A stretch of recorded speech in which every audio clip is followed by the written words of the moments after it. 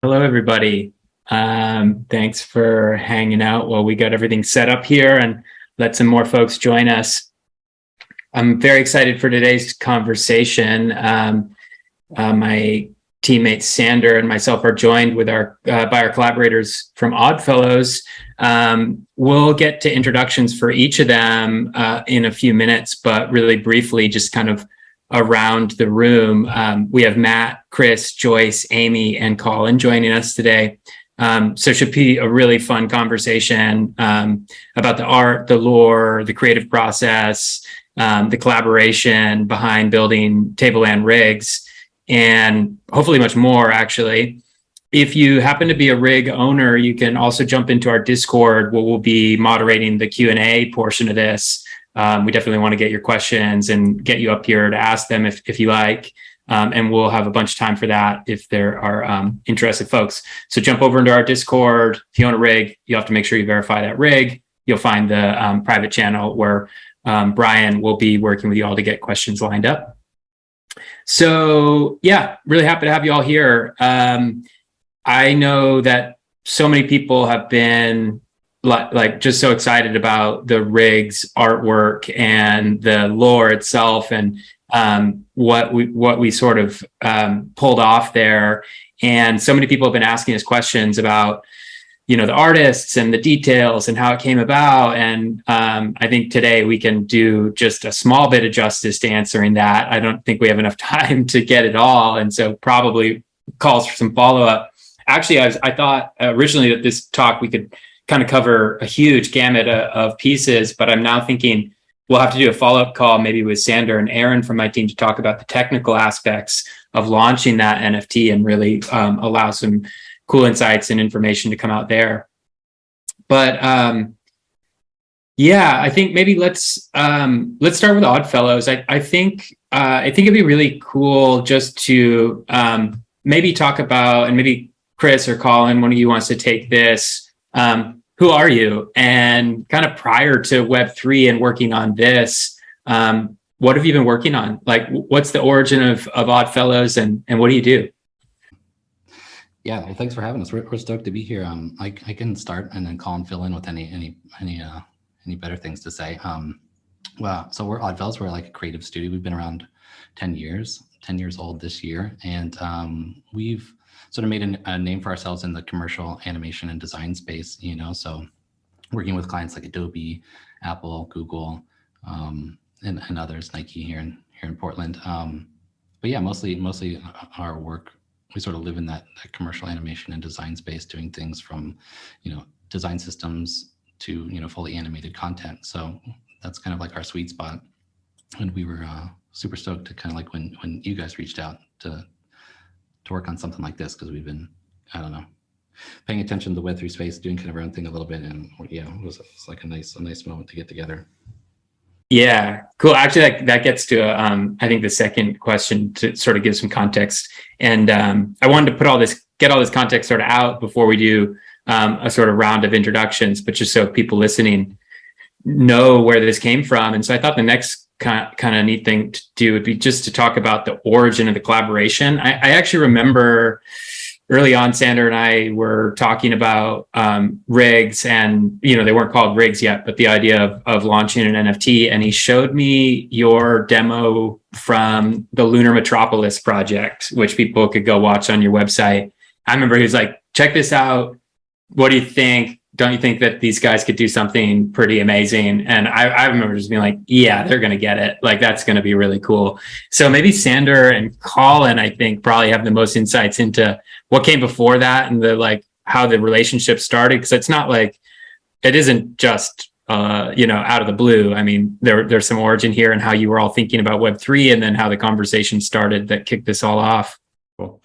Yeah, well, I guess the first thing is Colin and I have been friends for a long time through climbing, and we have a ton of mutual friends over the years climbing together in Bishop and different areas around California.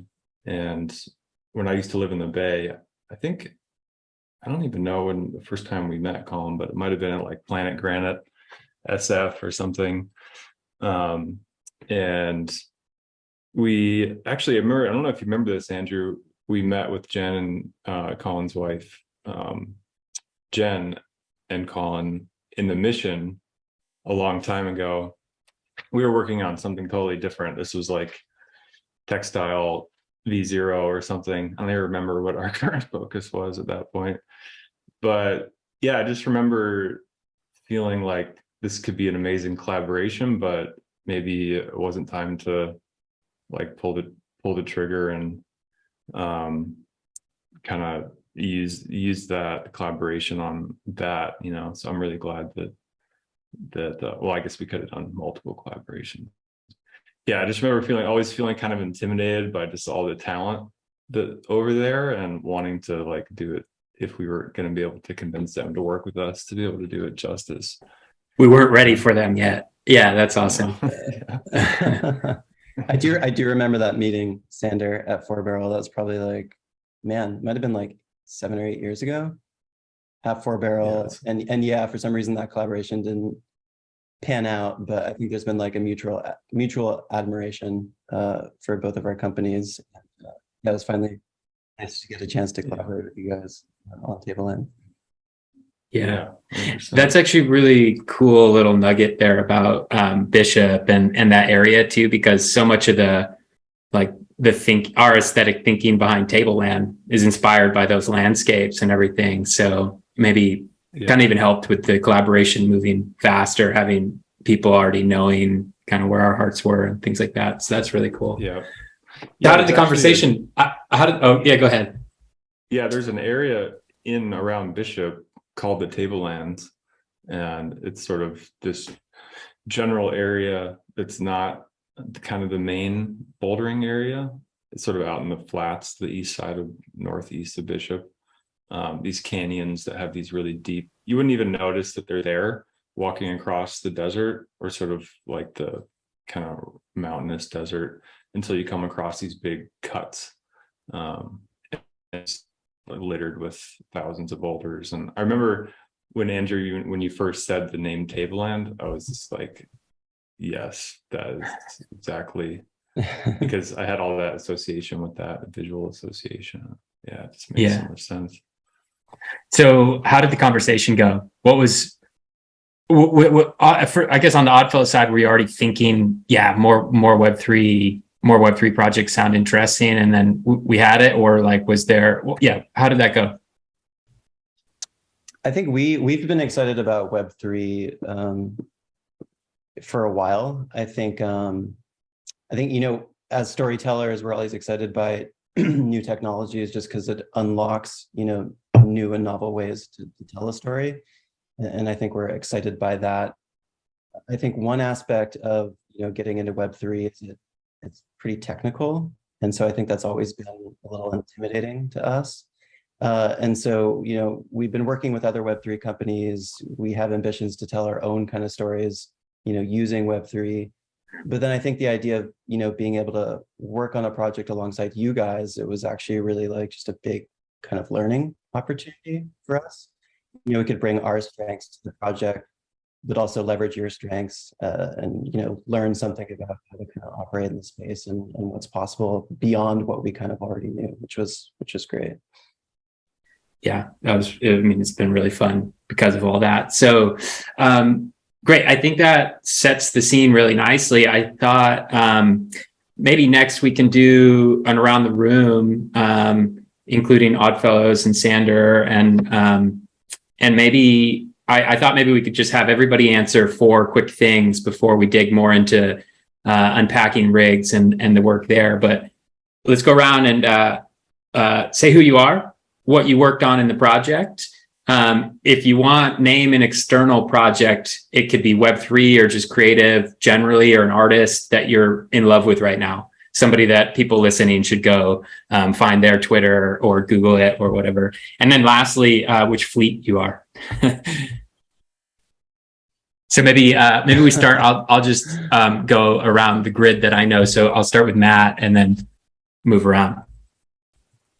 Hey guys, I'm Matt. My role was writer on the project, and I helped unpack kind of the story and mythology of Tableland along with Colin, Chris, and Gary and Sander. You know, Actually, I've been kind of like going back into the archives lately.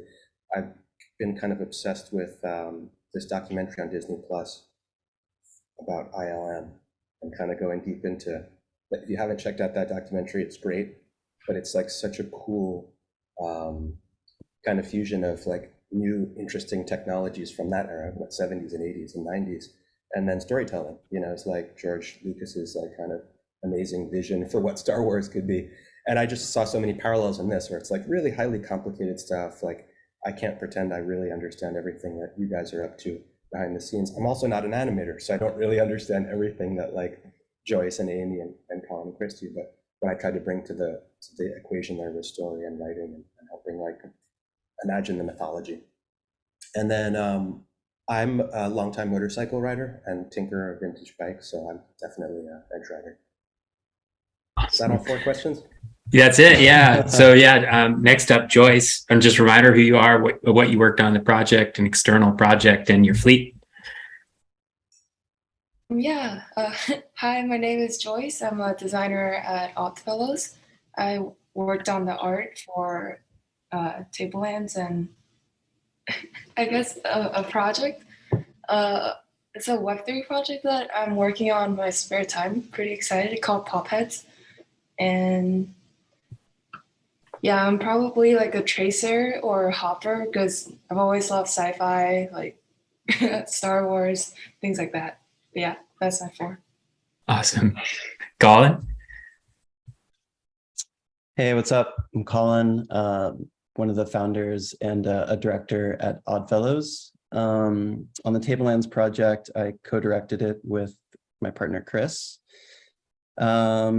Inspiration, let's see here. I think one of the inspirations that actually came up for this project was an artist known as Mobius, John Henry Gaston Gerard. He was a heavy inspiration for some of the art that we did. And it made me kind of like dig back into his work. I'd kind of forgotten about it for a long time. So got to reconnect with it. You guys should all check it out. He's essentially just a French cartoonist, writer and comic artist that's kind of best known for these sort of large scale kind of like Western paintings and cartoons, but he's got a totally fresh, awesome, amazing style. Yeah. That's awesome. Actually, funny. Somebody from the community, the founder of a project called Toucan, I had a call with him and he saw that inspiration in it and he brought it up to me. And I don't remember if we ever spoke about that, but so I went out and I bought The World of Adina, the book by Mobius, to start flipping Amazing. through that. Very, very cool. Yeah. So Sander. Cool. Yeah, so I'm Sander, one of the co-founders of Tableland and Textile with Andrew. I guess I did just a lot of head nodding on this project. I mean, we came with some direction around sort of this retro future and just a lot of seeds of ideas we wanted to do.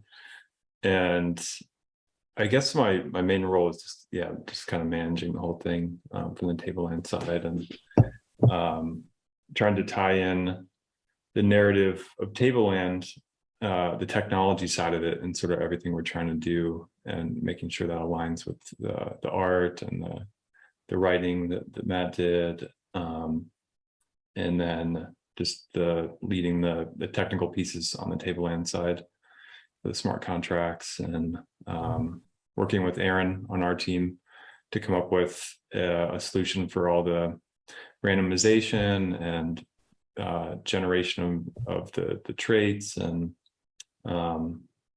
figuring out the rarity distribution and stuff like that. Let's see, and actually I was trying to scroll through my email looking for, Andrew, do you remember the name of that artist that really like kicked us off in this direction? Oh, yeah, no, I don't.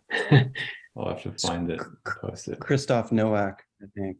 That's the one. Yeah, Christoph Right? Nowak. Yeah. So if I think actually Deep Work maybe pointed us in the direction of who's a studio, Web3 studio we've worked with in the past, and Andrej over there had done some work with him. He's a Polish designer and sort of he does these little animated stories. He has a pretty cool Instagram feed people can check out. But yeah, he just had these kind of Mad Max style videos of like with really cool sound. And it was a bit more like I remember almost from the start, we wanted to make Tableland feel a bit dangerous. And that was some of the feedback that we'd always give along the way, like more danger, you know? And that was really mostly inspired by seeing his art. You know, it's kind of this not fully dystopian nightmare, but like there's uncertainty in the landscape of Tableland, and there's a job to be done, you know, like it's not a complete landscape. Like that's kind of the point of the rigs, that they're out there doing stuff and trying to make the whole vision come to life, and having that element of danger felt really important. But yeah, his stuff is really cool. But I think which fleet are you? Landed on with his, what fleet am I? This is a big I'm question. really The community is actually probably really interested in this answer. Yeah, I'm super drawn to the Edge Riders too. I've been trying to find one that has the moonlight attack cockpit, but like none of them for sale with a dark background. So if anyone has that, maybe. Oh, maybe these will come up later. But I even during the building of the process here, we were flipping around fleets a lot. Allegiances changed as the project was coming together a lot. Another really interesting thought that I had there. Oh, I was just remembering some conversations during this whole process, and I remembered a few sound bites in my head. And one was like, dangerous, but it's not weapons. So we had that conversation. It needs to be more dusty. We had that conversation. And I forget, there was a third one I was thinking that was really interesting. So yeah, those are really good insights. Amy, how about you? Yeah. Hi, so I'm Amy. I'm the designer and I did the art for Tablelands. As for inspirations, there's just so many, but I just want to shout out to Joyce. Like, I'm her biggest fan, so her work is amazing. And as for a fleet, I'll say I'm probably a tumbler. Like, they're tiny but powerful, maybe. Cool. And Chris. Nice. I'm Chris. I'm a little bit like Colin, one of the directors and founders of the studio. My role in the project, I think, was a lot just like kind of working with Colin and the team to like develop the art direction, kind of find some of those things you were talking about, Andrew, like the balance of like danger and like how sci-fi is it, like how metaverse, but like versus how reality is it, and kind of like mixing that sort of retro futurism that we were talking about with, just kind of like the landscape itself, and then also this like underlying technology component. So I had fun kind of like trying to like help piece all that stuff together. I think that was the most exciting part of the project for me. And I think in terms of what fleet I am, I would probably be, the one I own is a tracer, so I kind of feel attached to that. But there's a rig out there with our Mango Saxon logo on it, which is a project that I'll plug that we're working on at the studio. It's kind of like our first deep Web3 project outside of Tablelands that we're excited about. And we've snuck the logo on a few of the rigs. So I'm hoping to pick one of those up, but everybody I've tried to like buy one from is like holding on tight. So. Okay, really, really cool. So next I wanted to jump around to a few different topics, and I'm sure we can go down some rabbit holes in some of these. But one thing I was really interested on this project, we already alluded to this idea that we had kind of this aesthetic, this world that we were imagining around the Tableland idea.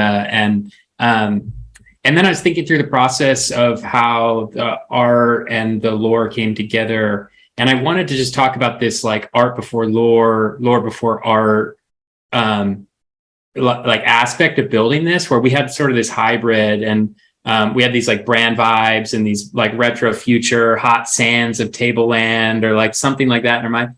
But like, how did, and maybe this a question for like different phases of the project, but how did you first start thinking about the lore of Tableland when we came? Like where does the like artistic process start to fill that world? And maybe that's a question for Joyce on the art side, and then a little bit for Matt on the actual, like, how does a story emerge from the art? Because that almost came as a second piece. Yeah, so when we first got like all of the references that you sent over, we just started a round of deep like reference gathering. Uh, like Amy and I just spent hours and hours just gathering as much images as we can, and ranging from like more cartoony to more like more detail, more realistic proportions like Mobius, and then something in between, and having a range of things and just trying to see like where everybody's head's at. And at the same time, like Matt, Chris, and Colin, they're working really hard on the lore. So we were kind of like compartmentalizing a little bit. Yeah. Yeah. So then how does that weave in, like, with the story building idea, and then how does that flow go back and forth, I guess? What is that collaboration even like on your side? Yeah. So from the story side, as Joyce was saying, you know, the art was like pretty far along. And I think that like by the time I was actually unpacking the lore, you know, it's like there was pretty well cooked stuff to see, which really helped, because it was like I was helping write a narrative based on like what the world looked like already. We did like a series of workshops with Sander, Colin, and Chris and I. And, you know, like asked a lot of like foundational questions, you know, like, which is always like so important for science fiction. If you think about like science fiction films that you like, there's always that opening crawl, right? That like paragraph or two in Blade Runner or Star Wars or whatever science fiction film you love that kind of sets up the world. And I think that was like the interesting thing for me, was starting there, is going like, okay, where are we? Why are we here? How did we get here? And those were some of the like foundational things that through a series of workshops, like we kind of unpacked with Sander. And we tried we tried like dozens of like weird ones, and be like, no, that's not right. It's not aliens. It's not, you know, and we kind of slowly narrowed in. And then from there, of course, you know, like fleshed out the story a bit more. But it was definitely, you know, like drawing from a lot of the classics of cyberpunk, you know, like Neil Stephenson's Snow Crash and like William Gibson Neuromancer, all the like kind of classic early cyberpunk stuff was definitely like an inspiration. Yeah, I have a hard time looking at Edge Riders and not thinking of that like opening chapter of Snow Crash, I think it is, where he's like doing the pizza delivery. For sure. Yeah, definitely. That's a great story. Yeah, go ahead. No, I was just going to say that I think the fun part of it from a narrative standpoint was like peppering in things like sock puppets on Satoshi Ridge, like just those little blips. Like you never see Satoshi Ridge, you never meet sock puppets, but you're like, oh wow, this is a dangerous place. There are weird people that can like steal your rig, and that just gets the imagination running. So it's like one sentence, but kind of does a lot of lifting, you know? Oh, 100%. And you've opened the door for future collaborations here on more world we get to fill out with new art, new designs, new stories. Like, yeah, I think that's amazing. Yeah. It's definitely why I brought up like ILM and Star Wars. It's like, it was the same thing. They even named every freaking character in the Star Wars world, even when they were on the screen for like 3 seconds. You know what I mean? So it's like everybody kind of fell in love with that. So it's kind of using that playbook. Yeah. Yeah. So one interesting thing kind of from early on in this project was PFP or not PFP. And maybe, I think this is a question both for Oddfellows and for Sander, I guess. Maybe, how did that conversation go, and when did we realize that it was actually maybe more important not to do a PFP? Maybe Sander start, and then maybe Sander start. Yeah. Well, so I'm trying to remember, I think originally we were thinking PFP just as a kind of a default, you know, and I don't actually remember where, or no, we were thinking vehicles. Yeah. Cause we had come from this kind of the NOAC vehicle animations. And I remember Oddfellows wanting to just kind of start from first principles and explore different approaches, and they had done some really cool groundwork for like a number of different approaches that we can get into, like not vehicles, not PFPs, but other things that maybe I'll let one of them describe.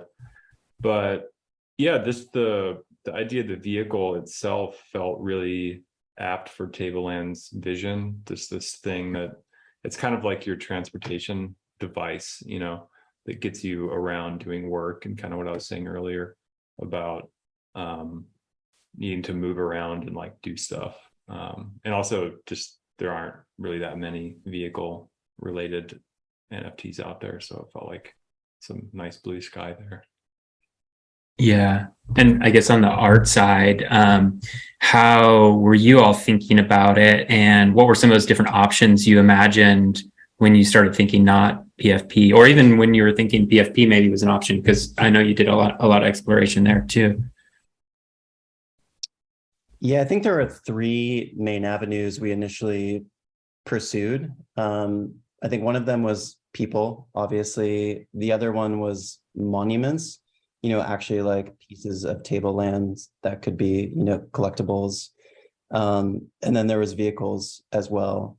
And when we started to actually kind of like build the world for the website, and also just hear a little bit more about Tableland, we kind of realized how much possibility there was with Tableland. It's almost hard to describe, right? Because there's so many different ways you can kind of use it.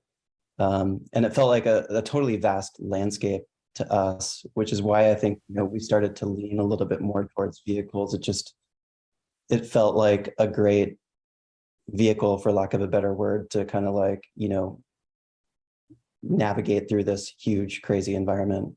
I think there's sort of maybe three main pieces that also kind of like made it make sense. You know, one was like the vast landscape, this feeling of like getting the keys to your first car, right? And having freedom to roam and explore and find, you know, undiscovered places. The other one was, I think you guys had initially talked about just this idea of like passive participants versus active participants. And, you know, when thinking of the monuments, they felt a little bit more passive, right? Where with the vehicle, you know, it felt more like an active participation, being able to explore and kind of like be additive to the landscape. And then it was also just that feeling of freedom and exploration. I think we loved that idea, you know, top down, cruising through the desert. You know, just big smile on your face. It just felt right from a vibes perspective. I remember loving some of the monument ideas, though. I think we made the right decision, but I did really like those. Yeah.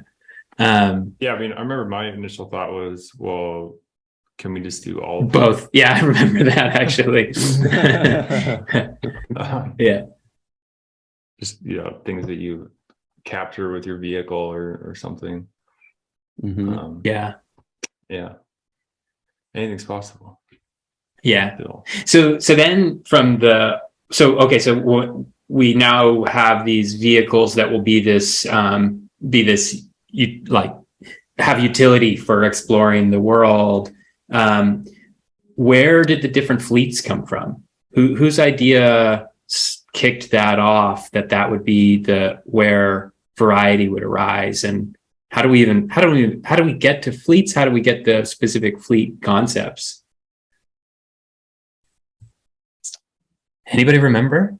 I do. I kind of remember. It might be a long-winded answer, but I think initially you guys had talked about, you know, different roles, you know, ways people could kind of contribute to Tableland. And I think that informed maybe like a desire to have some different kind of distinct fleets. This also kind of goes back to the landscape that we were kind of inspired by. You know, we've all spent a lot of time in the Eastern Sierras, and there's tons of different kind of environments that are sort of wrapped up in that region. And then also going back to Sander and I sort of like climbing past, there's a sort of this natural migration that happens with climbing, you know, and trying to find cool temperatures where, you know, in the summer, you're kind of in higher sort of alpine environments. And then as it progresses into winter, you're kind of like starting to like go lower in elevation and encounter different environments, you know, seeking sort of these perfect temperatures. And I think that got our minds churning with, wow, there's this whole diverse sort of landscapes that could inform how these vehicles might have evolved to kind of fit within them. And that felt like a really kind of like nice conceptual thread for imagining how like evolution could take hold of these vehicles and make them like hyper suited for this specific environment that they kind of live in. Yeah. Cool. I love And the then, Stratas. yeah.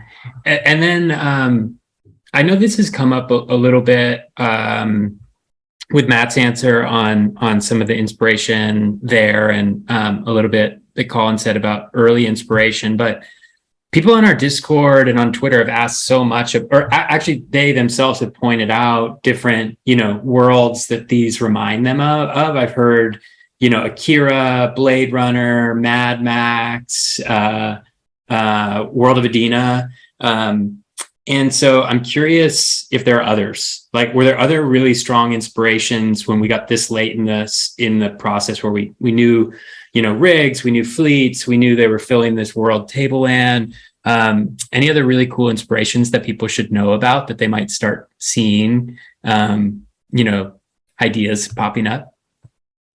That's a good question. I mean, I think that those are kind of a lot of them. I know certainly like the pod racers, a lot of us were like thinking about those when working on the tracers. It's like figuring out how to strap a jet to a hovercraft kind of a thing, and those are pretty influential. But yeah, that mixture of like Mad Max and kind of like the more sci-fi stuff. There was like a badass car, and I think it was Alien 2 that like where they like just plowed through a wall with it, and it was just so low to the ground and like brutalist and crazy the way it was designed. I think so a lot of vehicles from a lot of movies over a lot of years, I think, kind of like bits and pieces of their parts and stuff definitely made it into our world. Yeah, I remember the early tracers. They had the jets kind of farther back or farther out to the side, if I remember correctly. Yeah, they had like, there was kind of the opposite of what they were. They had two cockpits, right? And then but one jet engine. They're like, well, wait, how are these like cockpits sitting in front of this massive jet? We might need to flip it so there's like two engines and one cockpit. And right, it was interesting to kind of like think like an engineer a little bit for a second and like, well, can these things work? Like how will they actually like work on the terrain that they exist in? Because each of them are kind of like built, like Colin was saying, for like a different elevation. Yeah, that's awesome. I'm assuming the tumblers must have some gyro technology. I loved the tumblers when I first saw them, for sure. I mean, I still love them. I love all the fleets. I'm one of those people that's out there trying to figure out how I can get one of every fleet, for sure.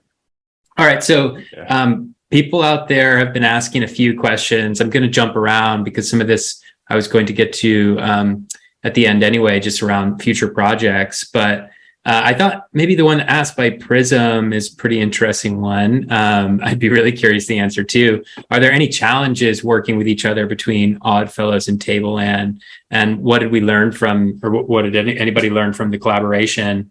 And are you guys, are any area you guys would like to explore together moving forward? So kind of three questions. But first one, I guess, let's just, any challenges working together and what do we learn from it? And I think that maybe we could frame that in what was already brought up at the beginning, where, we were coming to you sort of feeling like we had always been inadequate on everything that you do. And then you actually said you had similar feelings like on the technology side. So we have this really neat collaboration. So were there any challenges at that intersection, and what did we learn from it? And how, I guess on the Oddfellows side, like, how will you take it forward now being more technical for future projects and things like that? I think that's a good way to say it. It felt like a nice dovetailing of kind of like expertise, and Colin was kind of alluding to it at the beginning that like there is a certain level of like, wow, this is just complicated. And I can remember having like an early conversation with Sandra and just kind of like listening to him talk, and like the amount of acronyms and things I was like Googling while he was like going on about like the underlying technology, kind of like getting up to speed on SQL and all that kind of stuff. I was like, oh, okay.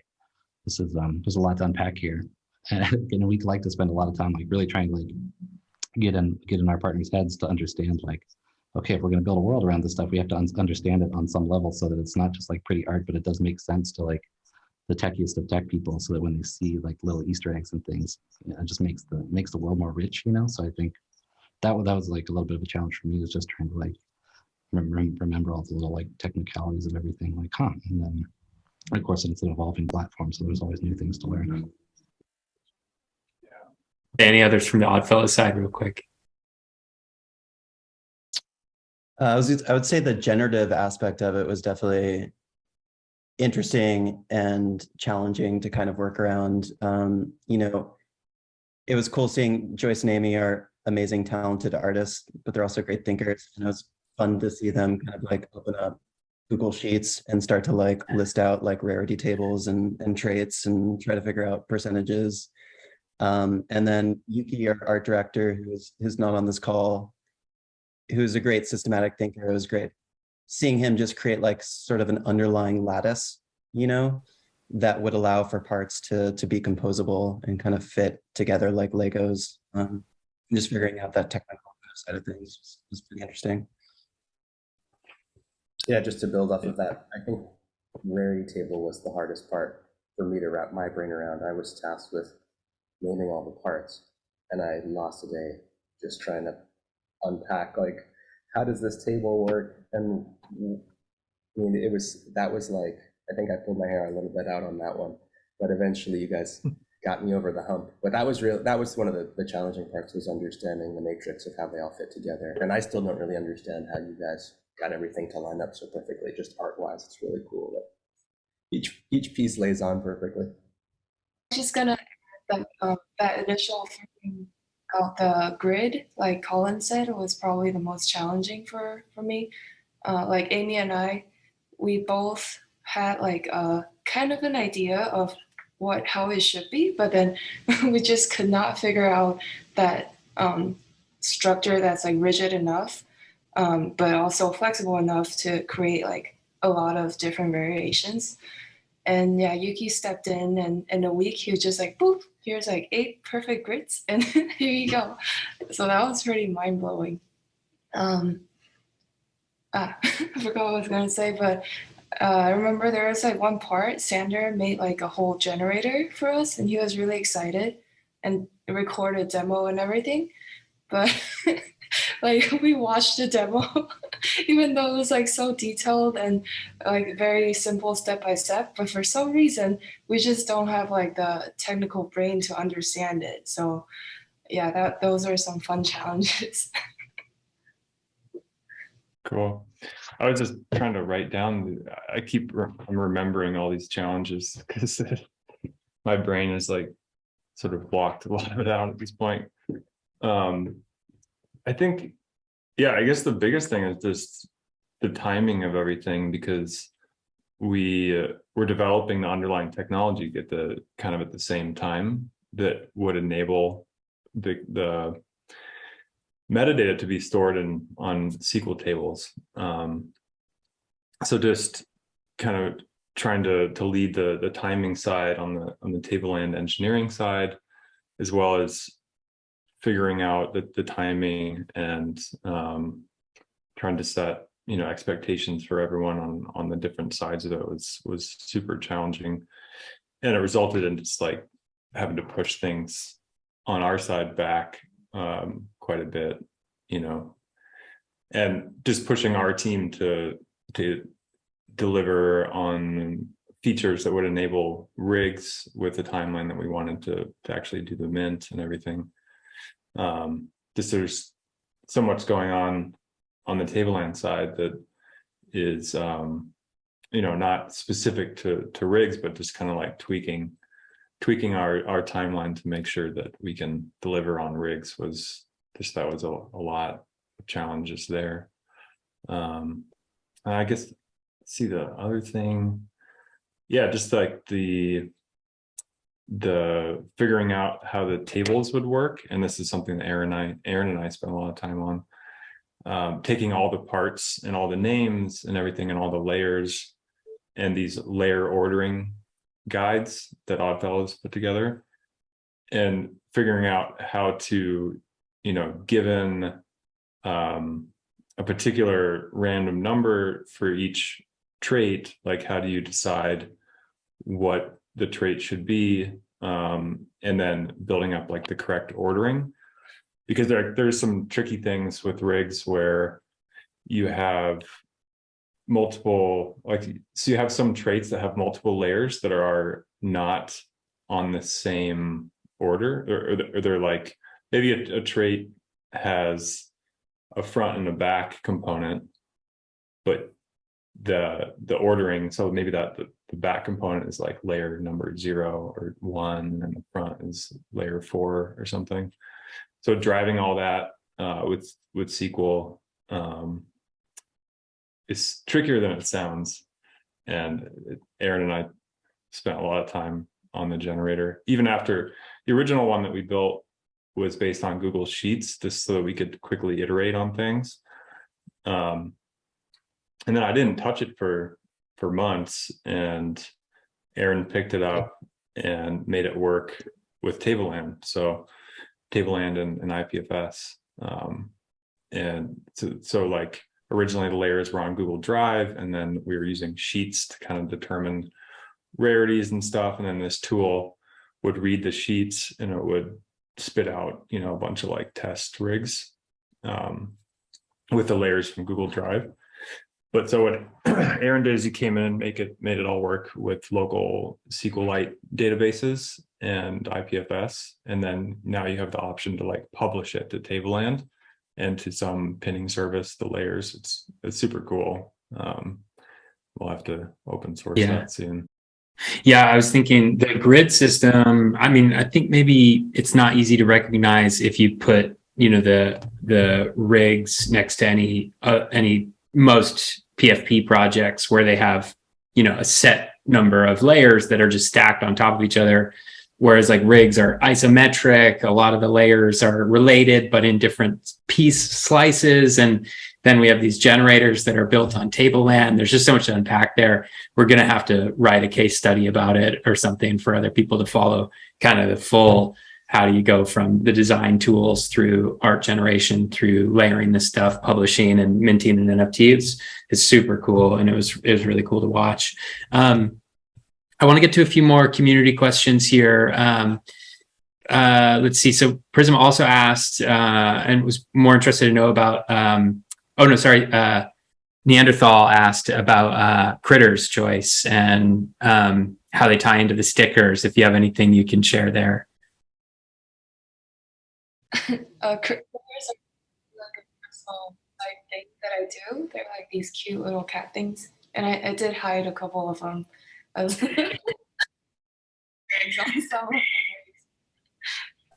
Yeah, people love those. So let's see. Another one is She asks, what are your next big milestones once blocking progress? So a question for Tableland or Oddfellows. That almost feels like a roadmap question for our town hall, but I'll let anybody chime in if anybody has a good answer to that. Well, next up is on garaging. But yeah, I think maybe the town hall is the roadmap spot. This is a question that we've seen a lot, and I think we can save it for the end, but people definitely want to know about your upcoming projects. So we'll get into that. I was actually really curious because I know you are like just continuing to go deeper into Web3 now. And so I was curious if, like we were trying to push the bounds a bit by not being a PFP, having this kind of pretty unique approach. And then also in how we're imagining rigs working with all of Tableland. But at the end of the day, the actual thing that people see when they own the NFT is artwork, right? And we're going to bake in mutability and things there, so it becomes different. But I was curious, as like with Oddfellows and all of your backgrounds, are you getting into other forms of NFTs? Like the thing that popped in my mind was like writing NFTs, like with the lore that was on my mind. And there's projects like Mirror, United Frontier, lots of small experiments, or maybe music or mixed media. It feels like there's some for all like a collective like Oddfellows and all that talent. Are there areas you're interested to explore there? I can go first. I feel like, excuse me. Yeah, the writing thing's interesting because the project, one of the projects we're working on right now, internally, the Mango Saxon things, like it's kind of like the way we did Tablelands, and there's like art is feeding writing, and writing is feeding art, and we're kind of like going back and forth that way, and we've been working on it off and on, for a year and a half or something like that. And I think it was really important to us to kind of get the lore, to kind of really go deep on the lore. And we've had a lot of conversations about like, well, there's a lot of great writing, and kind of a lot of mini poems and things like that. Is there a way to kind of make that, can that be as collectible and as interesting to the community that we're building as like the visual stuff that kind of goes alongside of it. So I think that's something we're kind of like actively playing with.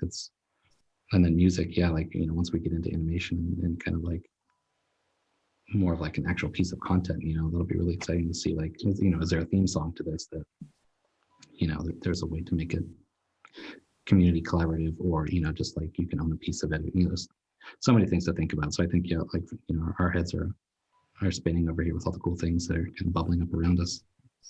I've seen a few pretty early approaches to the generative music NFT by like layering different stems and things like that, which is pretty neat. And then we've heard some other kind of grander projects to do more there. So for sure, there's lots of cool stuff to mix all of that.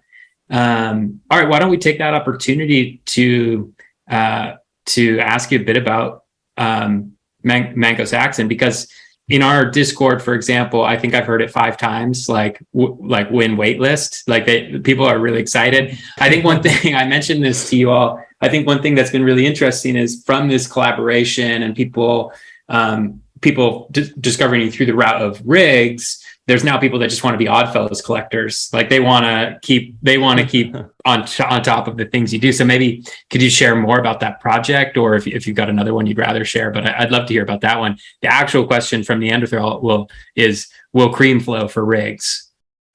The cream will flow barely. Yeah. That is yeah. So the Mango Saxon is our project, and it's what's interesting about that is it kind of combines like a big Web3 kind of component collaborative community thing with like hopefully an animated series. And so like the questions and stuff that we're asking ourselves now as we develop the story and build is like, how does one influence the other? Because in one way it's like we're trying to use a novel NFT experience to fund the creation of the content. And that's happening with a couple other projects you see with like Forgotten Runes and the was it Huxley Saga. So there's a couple other projects that we have our eyes on, and like, okay, there's proofs of concept and it certainly can work. I'm just kind of rambling at this point.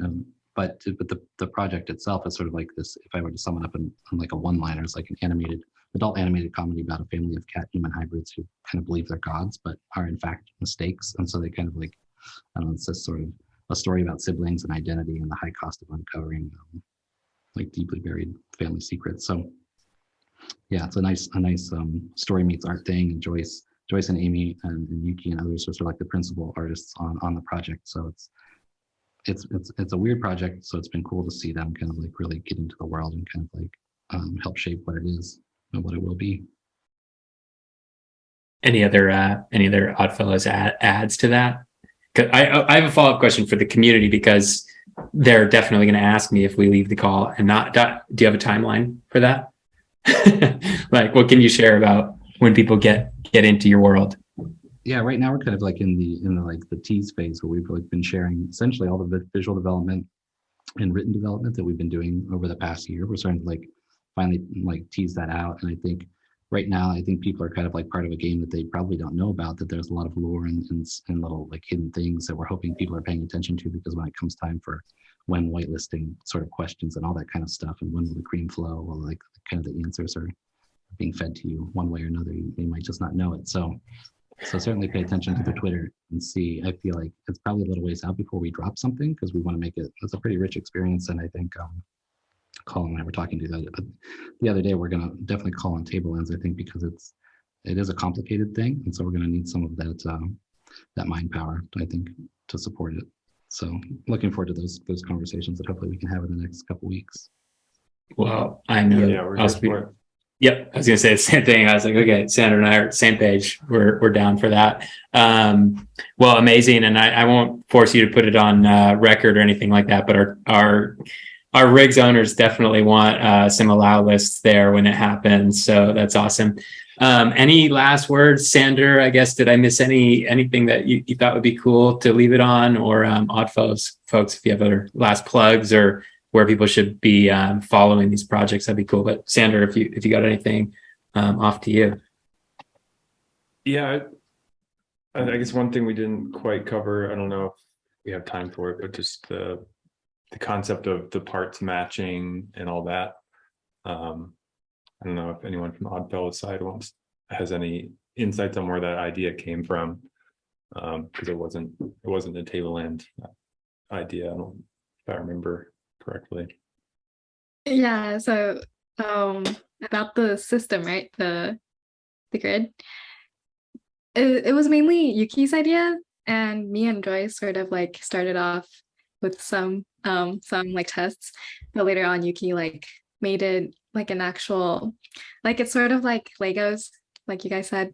We just like sort of build everything and have like attachment points, and everything will be drawn within like a safe zone, but everything will be attached to one specific point. And so that way, like all of the artists can sort of do their own thing, but still have like everything will still work together in unity. So we have like several artists that all did some vehicle parts, and later on like it will just like match up together just because the attachment points are together the same.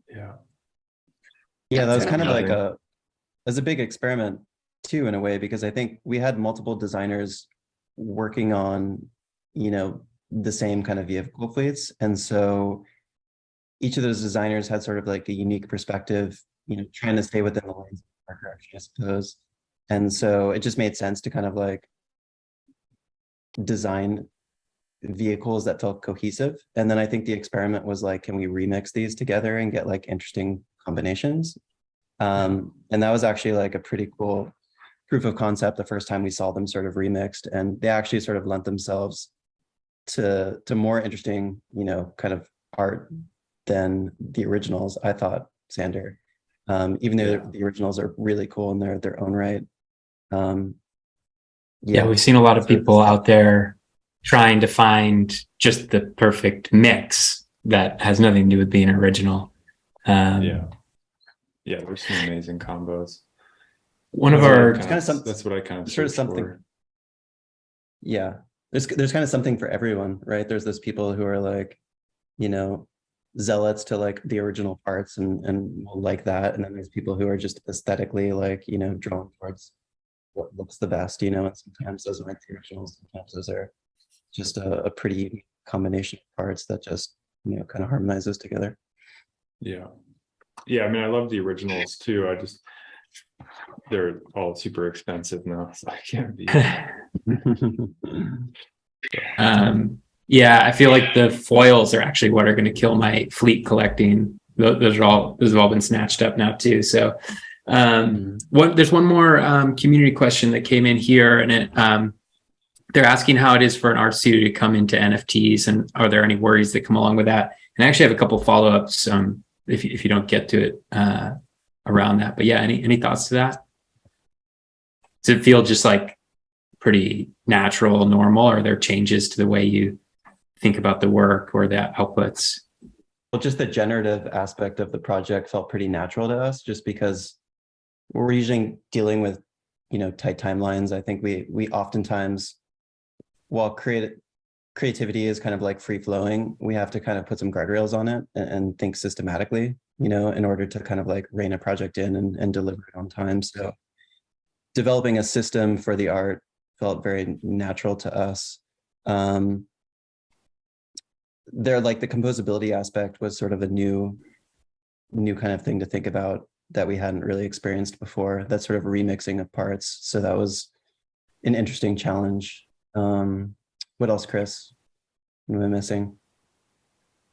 Yeah, I mean, I guess like where I was going to go with the questions is different, but it was like just talking about kind of the, when NFTs first started happening, there was so much energy and excitement. I think we were really kind of on board with that. And then there's like, kind of all the other, the political pieces of it too, that kind of made it tricky as a studio that's like a creative services studio that, like, well, how are our clients are going to feel about this if we're doing NFT stuff, back in the kind of like the very, very early days of it, and I think that kind of slowed down a few of our own internal projects just because there was like trepidation of like, wow, this seems super cool and novel. Okay, let's kind of build under the radar and then and just see what happens. But there was that hesitation of like, do we go all in? So it's interesting and weird place to be. Kind of operating as like building our own IP, but then also like we have a host of clients that like we want them to feel good about the work and types of work we do too. So it's interesting time. Yeah, I had two possible follow-ups to that. One is kind of related to something you just said, which is right now in NFTs, we're starting to see this, or we have been seeing this pretty interesting conversation around licensing, right? And I was curious, so a lot of NFTs are just CC0 or they convert to CC0 to enable creativity. And I'm curious if you had any thoughts about that or how that might change your approach as like artists or creators and the outputs and how you think about that. The other is, theoretically art lives forever, but here we just release something on the blockchain that possibly really is now there for the rest of humanity as long as that blockchain goes onward. And I think that might be like a little different than a lot of the projects that an art studio does for clients. And I'm curious if you did much thinking about that and like, yeah, how does that change your thinking about taking on a project like this where there's no, it doesn't go away. Yeah, hopefully it never goes away. I mean, certainly there is like the thing that we have early that I've thought about. I won't speak for anybody else on the team. Is just sort of like this idea of legacy, and maybe like what you're talking about, like projects living forever, and when does a project become a rug and when is it not a rug? You think about the sort of some of the things that happen in the post like Azuki kind of moment, So I think all that stuff is like running through our heads as people who are, usually in the commercial space, we spend 8 to 10 weeks working on a project, and then that project is done, and like hopefully we've hit all our goals and made our mothers proud, and then we kind of are on to the next thing, So like certainly when thinking about Mango Saxon, we're trying to build it in a way that's like sustainable and go on for a long time. Just kind of like speaking about that project specifically, but yeah, it does kind of open up a lot of new questions and like things that we don't often have to think about that we are now. Yeah. And back to the Creative Commons question, Andrew, I think that's still like a huge question in our mind. I don't know if we know what the right approach is. Like for us, having a pretty concise story is important. But also one of the coolest things about Web3 is just the composability aspect and having the community and be involved and kind of remix what you're doing and be an additive component to that story. So, allowing some flexibility and freedom for the community to like be involved, but also still having a narrative that feels like it has a sort of clear perspective, I think is important. I think that's one of the things that, what's cool about the Mango Saxon project is we're constantly confronted by those questions and trying to like figure out what our perspective is, in regards to that. Yeah, I think it's a fair answer. It's a super interesting topic right now, and I've heard really good arguments on both sides. I think maybe it was the Gary Vee interview with Kevin Rose, and he talks about VFriends not being CC0 because exactly that reason. He wants to have, make sure that he gives really strong creative direction and has that creative control and doesn't let it sort of bleed out into a lot of things that maybe less than the quality that they want in that community. Whereas then there are others that, obviously there's plenty of examples that CC0 makes a lot more sense. I'd be actually really curious if just brand new license forms start emerging that solve some of that at the same time. So we'll have to see. That's interesting. Yeah. One of the things we didn't want was choose your own adventure. We have a story that we want to tell and we have characters, but we have built some things in that would be, I think, like a second or third wave of the project that sort of allows for that that CC0 stuff to make its way into it, which we think is interesting. But I think that's the hardest part. If you have a story, you don't want to give away the ending, and you don't want people necessarily voting on the ending, because you want it to be a bit of a surprise and kind of like unfolds as the way you want it to, you know. So, but Yeah. super interesting to be thinking about all this stuff. Yeah, I've been kind of following the Moonbird's announcement that they're going CC0, and just there's so many strong opinions on both sides. I think, I don't know, it did got me thinking about the licensing model too, for like rewards and stuff. I think there's a lot of improvements, or like things that you could explore there. Like a lot of the holders, they make this point that, well, it's great for builders that can go and build new derivative projects, and maybe they can have some success with that, but it doesn't necessarily benefit the original holders, or the original artists in a way that is sort of the vision for it, you know. Like I know that the guy Simon Delarouvier, he's written a lot about this, and he has the idea that, you know, it does bubble back at some point eventually, but you can make that explicit, you know, with the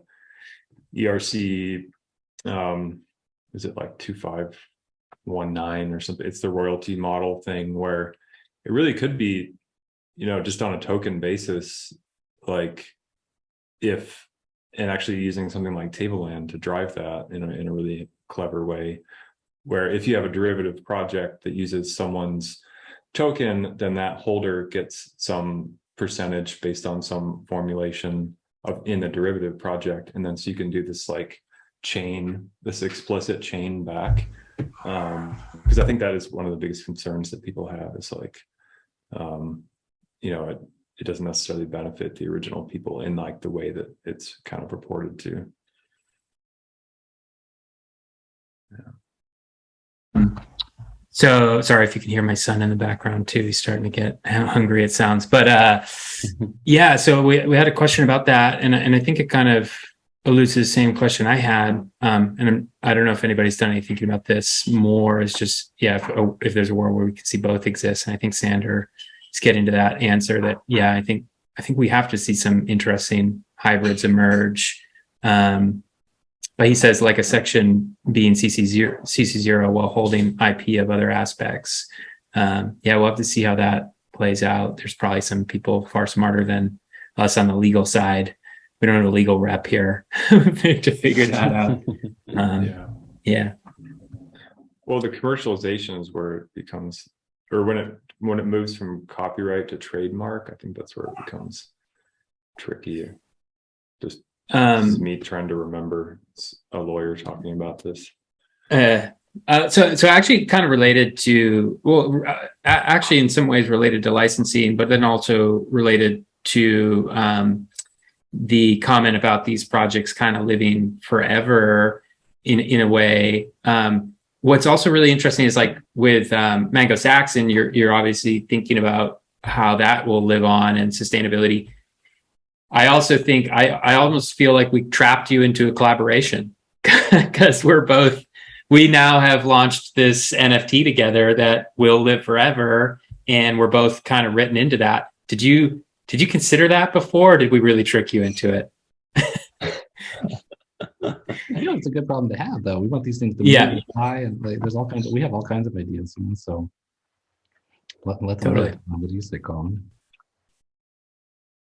Yeah, I don't think we're mad about that by any means. I think we're excited to, you know, like Chris said, like as we were working through the projects, there's a bunch of ideas that we just didn't get to. And so there's plenty of stuff to pull from to add, you know, a richer experience to these things. And we're also excited just to see how you guys kind of like leverage them with the platform too. There's a bunch of things that I'm sure you're thinking about that we aren't. So yeah.